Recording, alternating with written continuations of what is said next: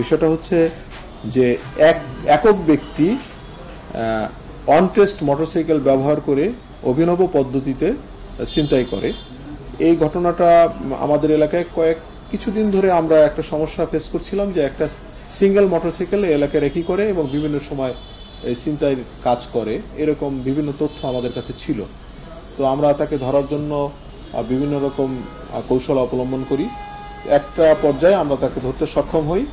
তো বিষয়টা যেহেতু খুব অভিনব পদ্ধতিতে সে কাজটা করছিল এবং তার কৌশলটা অভিনব ছিল, এটা আমাদের সম্মানিত নাগরিক বিন্দু থেকে জানানোর জন্য আমরা আপনাদের মাধ্যমে এই ব্রিফিংয়ের মাধ্যমে আমরা জানাতে চাই যে কৌশলটা কি।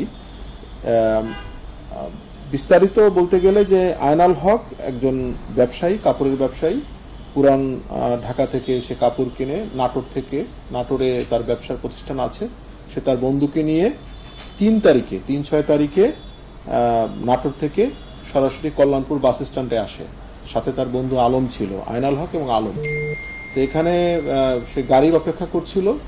এই সময় এক মোটরসাইকেল যোগে এক ব্যক্তি আসে, সুঠাম দেহের ব্যক্তি, এসে নিজেকে ডিবি পুলিশের পরিচয় দেয় এবং তাদেরকে জিজ্ঞেস করে যে তোমরা দীর্ঘ সময় এখানে দাঁড়িয়ে আছো, তোমাদের কাছে কোনো মাদক আছে কিনা।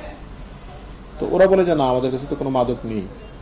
তো ওই ভদ্রলোক বলে যে তোমাদেরকে আমি করব, আমাদের টিম আছে, রাস্তার ওপারে টিমের আমাদের স্যার আছে, তোমাদের একজন যদি তোমাদের কাছে টাকা পয়সা থাকে তোমার বন্ধুর কাছে দাও, তুমি দাঁড়াও এখানে এবং তুমি ওপাশে চলে যাও, আমার স্যার তোমাকে কি করবে, চেক করবে যে তোমার কাছে কোনো অবৈধ কিছু আছে কিনা। এই বলে সে একজনকে এখান থেকে ডিসব্যান্ড করে দেয়, দুজনের একজনকে সরিয়ে দেয় রাস্তার উপরে।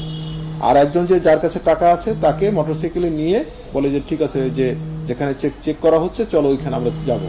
এটা বলে ওখান থেকে হাফিজিয়ার পেট্রোল পাম্প থেকে ওখান থেকে মোটরসাইকেল নিয়ে চলে যায় চক্ষু বিজ্ঞান ইনস্টিটিউট, ওখানে যায়। যে তার কাছে যে টাকা থাকে 1,60,000 টাকা, সেটা ভয়ভীতি দেখিয়ে টাকাটা নিয়ে ওখান থেকে সে লম্পট দেয়। তো ছিনতাই ঢাকা শহরে এখন এর প্রবণতা অনেক কমেছে, আইন শৃঙ্খলা ভালো, তারপরে তো ছিনতাই হয়। এটা আপনাদেরকে বিশেষভাবে জানানোর উদ্দেশ্য হচ্ছে যে এক ব্যক্তি একাধিক মানুষের কাছ থেকে কৌশলে এবং অনটেস্ট মোটরসাইকেল এই জন্য ব্যবহার করে যে যাতে কোনো নাম্বার প্লেট থাকে না।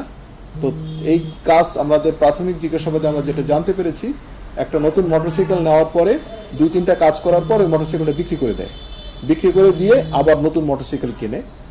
তো তার বিশ্বাস হচ্ছে যে যেহেতু কোনো নাম্বার প্লেট এখানে নাই, অতএব পুলিশ তাকে ধরতে বা ছুঁতে পারবে না।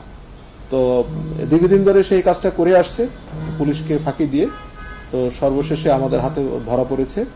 তো এই বিষয়টা আপনাদেরকে জানানোর জন্য আজকে আসলে 22 সাল থেকে ও বলে, কিন্তু আমার যেটা সন্দেহ ধারণা সে আরো আগে থেকে কাজটা করে।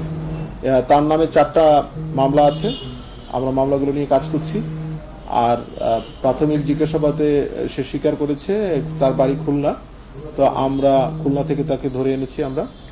আমরা আরো জিজ্ঞাসাবাদে আমার বিশ্বাস যে আমাদের ধারণা যে আরো অনেক তথ্য তার কাছ থেকে পাওয়া যাবে এবং অনেক ইনসিডেন্টের সে মূল হোতা। এবং একক ব্যক্তি মোটরসাইকেল চালায়, আবার একক ব্যক্তি মোটরসাইকেল চালিয়ে ছিনতাই করে, এই জিনিসটা অত্যন্ত অভিনব এবং সে অত্যন্ত মাথা খাটিয়ে এই কাজটা করছিল। যাক, আল্লাহর কাছে শুকরিয়া যে অবশেষে তাকে আমরা ধরতে পেরেছি। জি প্লিজ।